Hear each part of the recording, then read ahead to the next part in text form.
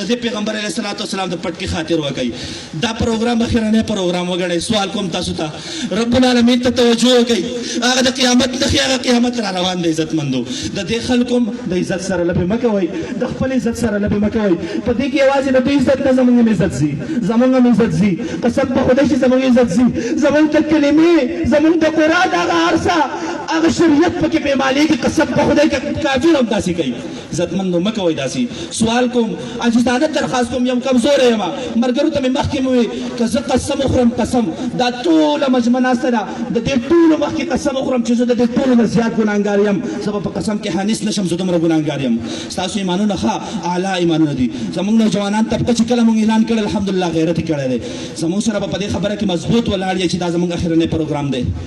ولاړ به یې په دې کې به راسره مضبوط ولاړ یې چې زموږ نه به چېرې بیا داسې خطایانې ونه شي. انشاءالله ولاړ به یې که نه. پروګرام انتهایي په لنډ دغه سره راغونډ کوي.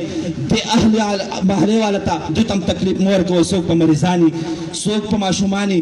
د خپل ویلیم هغه دومره کوي چې صرف دا پینډال اواز ورسي. په آخره کې یوه خبره کوم، ستاسو د ټولو مشکور یم د دوی خلکو چې موږ ته به دې دومره مجمع کي او په دې سپیکر په دې باندې موږ له دومره اجازت راکړه.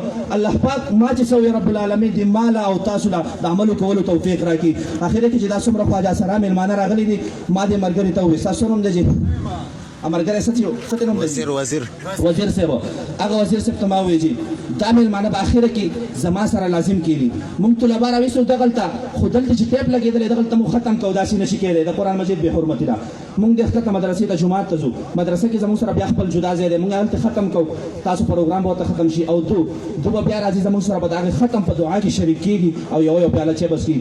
موږ له چې سم ټایم راکړو تاسو په امن سره انشاءالله تاسو ته به په امن سره دغه کېږي. زموږ سره به صرف یو پیاله چای وڅښئ، په دعا کې به زموږ سره شریک شئ.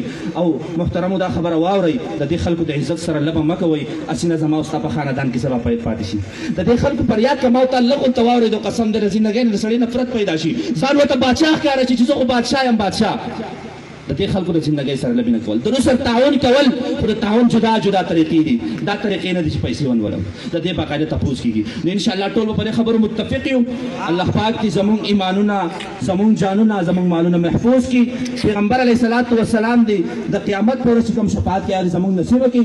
نن چې موږ کومه توبه وباسو، رب العالمین دا زموږ اخرنۍ توبه ده. دا رب العالمین اخرنۍ پروګرام دی. داسې توبه وباسو چې بیا به انشاءالله داسې پروګرام نه کوو، نه به داسې پروګرام له زو که څوک کوي د پروګرام به مونږه مخالفت کوو. ټول به داسې کوو که نه. الله پاک زموږ توبه قبول او منظوره کړي. واخر دعوانا الحمدلله.